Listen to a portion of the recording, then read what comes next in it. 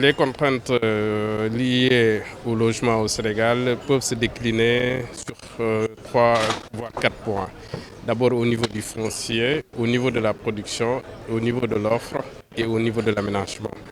Au niveau du foncier, on se rend compte qu'il y a un grand problème pour au moins bénéficier ou avoir un foncier sécurisé. Ça, c'est une des principales contraintes. La seconde contrainte, c'est lié au niveau de la spéculation foncière. Donc, sur ce volet-là, on peut retenir ces deux points. Au niveau de l'aménagement, on se rend compte que depuis la disparition ou la dissolution même de la SCAT Urbam, l'État n'a pas encore eu un aménageur public. Et dans le cadre du projet 100 000 logements, l'État, pour lutter contre les inondations, a voulu mettre en place la SAFU, la Société d'aménagement foncier et de rénovation urbaine, qui aura la lourde tâche d'assurer l'aménagement des sites du projet 100 000 logements, du primaire jusqu'au tertiaire. Pourquoi d'habitude l'État s'occupe juste de l'aménagement primaire, mais cette fois-ci on va aller au secondaire et au tertiaire pour lutter contre les inondations. C'est cet objectif que le président de la République a fixé à la SAFRU. Donc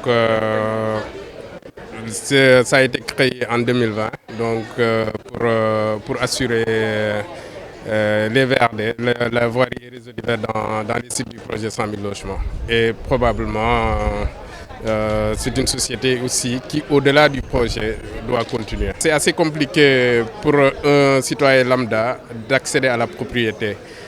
C'est l'objectif même du projet 100 000 logements. Le projet 100 000 logements a comme objectif principal de permettre aujourd'hui à un citoyen lambda d'accéder à la propriété très facilement.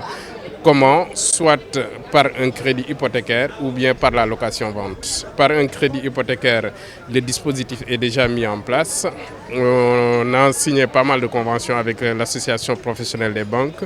Et aujourd'hui, l'État a mis en place Kadiom Capital, qui est une structure logée au Fonds 6, qui a la mission d'accompagner les demandeurs de logement qui sont dans le secteur surtout informel. Donc parce que ces gens-là, cette cible, a peine à avoir un crédit hypothécaire au niveau des banques. Donc l'objectif de cette société Kadiom Capital est de traduire la location en acquisition. L'objectif final, c'est aujourd'hui, quand on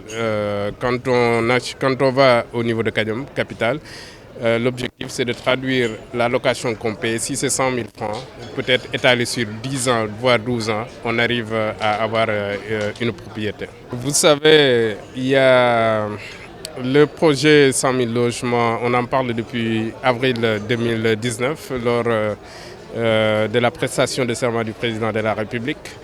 Mais nous, on intervient beaucoup plus sur le plan technique. Sur le plan technique, il faut aujourd'hui un certain nombre d'années pour mettre en place un programme immobilier. Programme immobilier, c'est assez compliqué, assez large. Et ce que les gens oublient, c'est que dans le logement aujourd'hui fait partie des questions les plus transversales. C'est la question essentielle qui touche pratiquement tous les ministères. Donc ça demande beaucoup de coordination, ça demande beaucoup de mobilisation foncière et de sécurisation foncière. Parce qu'on ne doit pas aller dans des sites où demain on commence des travaux et que des gens manifestent ou des trucs. Donc du coup c'est une grande, comment on l'appelle, c'est une grande, il y a un temps de processus assez complexe, mais qui nous prend beaucoup de temps. Mais après, on va atteindre la vitesse de croisière, comme on dit, pour une production massive.